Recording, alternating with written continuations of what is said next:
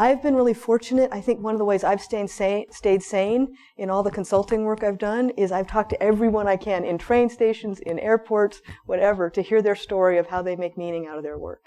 How do you find something important in your work? And out of that, I have heard a lot of people sorting out compromises, sorting out what they can do and what they can't do and what feels right and what feels wrong. And tonight I'm going to share some of those stories. I do have to disguise some of the industries, some of the names, out of an agreement or respect for the people involved, because there are some things that were harmful and they don't feel comfortable about. Tonight, one person was particularly on my mind as an example of sorting out the compromises we should make and the ones we shouldn't. And this was Julie. And I met with her just up the street. Do any of you know the restaurant, the Metropole? It's up on Sutter. It's a great little French bistro. So we met there. I had my little digital tape recorder and we were listening. And I asked her, as my interviews required, tell me your work journey. Tell me the story of your work journey and what guided you when you made your most important decisions. And she started when she was 32. That's where she wanted to start her story. She was recently divorced, single mother of 2, no college degree, and no place to live. She was sleeping on people's couches, moving around. So she told herself to get a backbone. And she said, I decided, I could see she got really emphatic when she said this. She said, I decided that I'm going to prove to myself, to my kids, and the world that I could be a winner. And I was going to do whatever it took to be that winner. And when she made that decision, she became Superwoman. She said, I drove myself like a machine. I looked the part, I dressed the part, I acted the part. I learned how to talk, how to pretend like I didn't have kids, how to stroke the boss's ego. She gave me the best metaphor I've heard yet about how to respond to change at work. She said, you don't just agree with a new initiative, right? There's something new comes along, it's the hottest thing in a company. So you don't just agree with it, you put the frosting on it.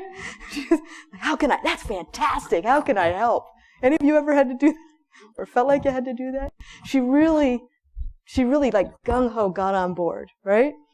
And it worked. So she made these, see if I can get it to go here. She made these decisions, drove herself to do this. It was kind of a sacrifice. It was a bit of a way of thinking about it as a healthy compromise because it felt necessary. And she moved up. She chose the accounting field. She moved up to become a senior director. To be a senior director of a Fortune 50 company, and then she became the chief financial officer of a Fortune 500 company and chief operating officer at the same time. But to do that, this drive to go along, this drive to do whatever it took, led to some things that didn't sit well with her, things that tore her apart inside. It was a different impression. You had the surface impression and then inside. And this was echoed in many of my interviews. One of them was that they used layoffs to achieve financial targets to get bonuses in the current quarter. And she said, you get the bonus and the truth gets buried.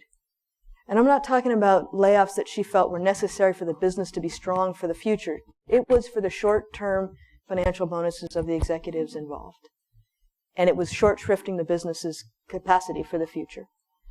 Then she went even further. She said, I turned a blind eye when they laid off entire departments to avoid firing people they didn't like, to avoid discrimination charges. She said, this goes against everything I believe in. It tore me up inside. Literally, it's a very interesting metaphor. It tore her up, like it split one part of herself and the other part of herself, right? And she said, but I stuffed it. I had to go on. The only place it showed up was at home with my kids. Does that sound familiar? The stress of doing this, of being someone that wasn't true to her, showed up in her home life. But she kept going. She felt she had to. She said that in the end, in a fear-based culture, it felt like I had to kill or be killed. And so as she did that, she was getting promotions, vacations, the nice home, the nice car. And then one day, at this peak of her career, her kids sat her down, now 19 and 20 years old.